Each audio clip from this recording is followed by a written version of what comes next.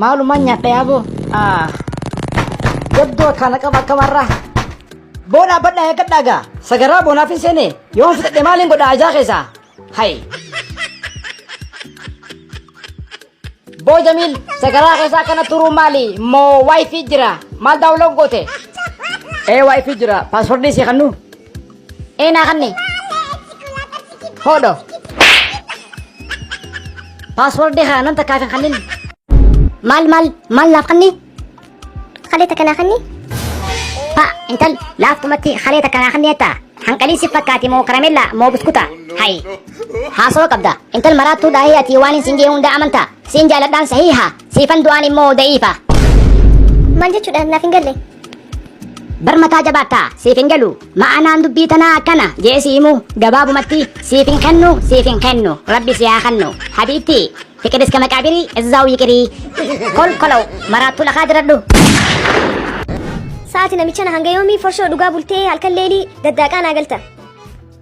Haya amma ka'ee baajaaj rabbiitti farade sakraan akka ta'etii tan asirraa kaatee achitti dhaabbattu karkaarsaa san baasii deemii itti dalagadhu. Intala amma ciqinciqiin irraa dhiisi suutaan bahee dalagadhaa. Ani kana dhibu baajaaj katis dhiiba malee lafaan kaatu.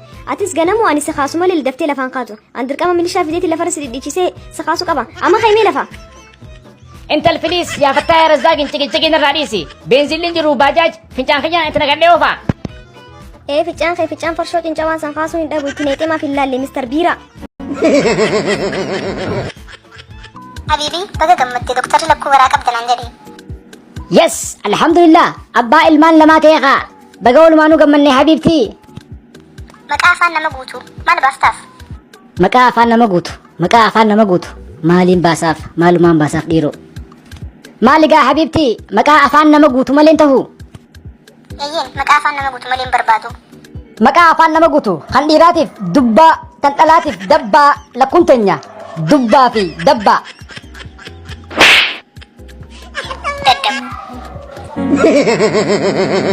Baaba nagayattiin sin jechuu dhufe biyyaa ba'uuf hin eebise. Maal taatee biyyaa baata mucaa maal dhabdee ni nyaatta ni dhugda wayii takkaa beeluyte. Beela saniitu irra jiraa'u jireenya kanarra. Maal jechuu qayti mucaa? Bo jireenyi piinkoodii bira kutee piyuukee nu gaafate. Faxarri dokkee, laaqanni dokkee, hiraanni dokkee, kalee dokkee, torbaan guutuu dokkee, dokkeen garaa dakkaa nu goote.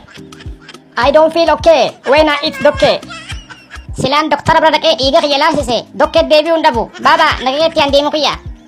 Haa jennu eessatti deemta silaa? Jarmanittiin deema. Hin dhageenyaati.